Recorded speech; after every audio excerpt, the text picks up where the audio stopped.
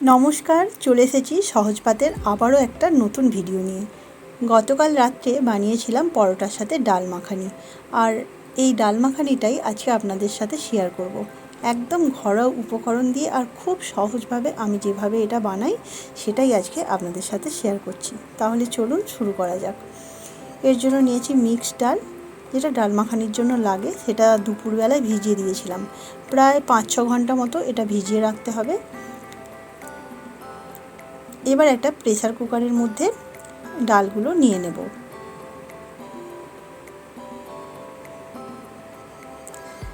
এবার এর মধ্যে দিয়ে দেব পরিমাণ মতো জল।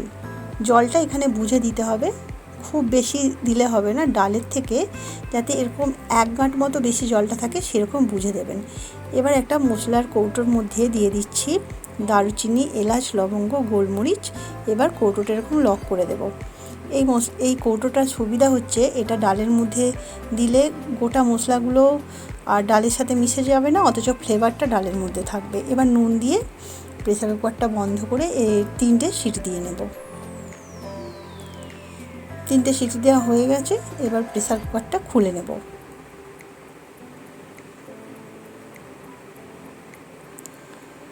এবার যে মশলার কৌটোটা এর মধ্যে দিয়েছিলাম সেটা বের করে নেব। এটা আমি মেলা থেকে কিনেছিলাম, আপনারা বাসনের দোকানে খোঁজ করলে কিংবা কোথাও মেলায় গেলে পেয়ে যাবেন। খুব কাজের এটা। ডালটাও খুব ভালোভাবে সেদ্ধ হয়ে গেছে। এবার কড়াইয়ের মধ্যে আমি এখানে সাদা তেল নিয়েছি, তারপর দিয়ে দিলাম 2টো বড় সাইজের পেঁয়াজ কুচি।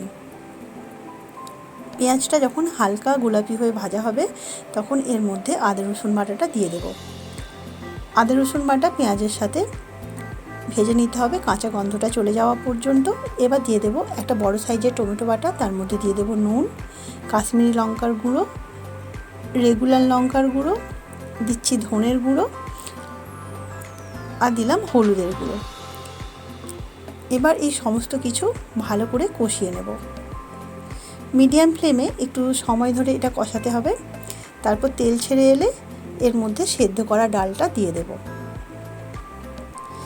সেদ্ধ ডালটা দিয়ে এবার মশলার সাথে 2-3 মিনিট ধরে ভালো করে এটা কষিয়ে নিতে হবে। তারপর একটা স্ম্যাশারে করে ডালটাকে এইভাবে স্ম্যাশ করে নিতে হবে। আপনারা যদি গোটা রাখতে চান গোটাও রাখতে পারেন। আমি এভাবে একটু স্ম্যাশ করে দিই, তাহলে এটা একটু ঘন ঘন হবে। 1 কাপ মতো জল অ্যাড করলাম। এবার ডালটাকে 2-3 মিনিট মতো ফুটতে দেব। তারপর দিয়ে দিচ্ছি কাসুরি মেথি, হাতে করে গুঁড়ো করে নিয়েছি। আর দিয়ে দিলাম বেশ কিছুটা ধনেপাতা কুচি। আর দিয়ে দেব 1.5 টেবিল চামচ মতো বাটার। এখানে মাখানাও অ্যাড করতে পারেন, মাখানা বাড়িতে ছিল না তাই দিইনি, মাখানা দিলে আরও ভালো হয় এটা। এবার এই সমস্ত কিছু ভালোভাবে মিশিয়ে নেব। তারপর 1-2 মিনিট মতো ফুটে গেলে এবার এর মধ্যে দিয়ে দেব গরম মশলার গুঁড়ো। গরম মশলা দেওয়ার পর আর বেশিক্ষণ এটা রান্না করার দরকার নেই। গ্যাসের ফ্লেমটা অফ করে এটা ঢেকে 10 মিনিট মতো রেখে তারপরেই পরোটা আর লাচ্চা পেঁয়াজের সাথে গরম গরম পরিবেশন করব। অসাধারণ খেতে হয়। এইভাবে একবার বানিয়ে দেখবেন, আশা করছি খুব ভালো লাগবে। এখনকার মতো আসি।